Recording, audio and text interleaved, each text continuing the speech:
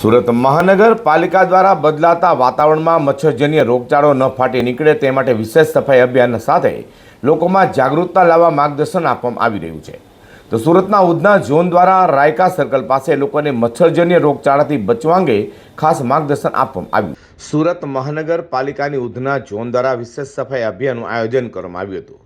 સુરત શહેરમાં વધતા જતા મચ્છરજન્ય રોગો જેમ કે ડેન્ગ્યુ અને મેલેરિયાને ધ્યાનમાં રાખીને આરોગ્ય વિભાગ તથા સફાઈ વિભાગની ટીમોએ વિવિધ વિસ્તારોમાં સક્રિય કામગીરી હાથ ધરી હતી, જેમાં રાયકા સર્કલ નજીક નાગરિકોને મચ્છરજન્ય રોગોથી બચવા માટે ખાસ માર્ગદર્શન આપવામાં આવ્યું હતું। તો અધિકારીઓએ લોકોને સમજાવ્યું કે વરસાદી માહોલમાં મચ્છરો ઝડપથી વાયરલ ફેલાવે છે અને ખાલી પાણી ભરેલી ટાંકી, ડબ્બા, કુલર, અન્ય જગ્યાઓ પર પાણી જમા થવાથી આ રોગોના ફેલાવાના જોખમમાં વધારો થાય છે।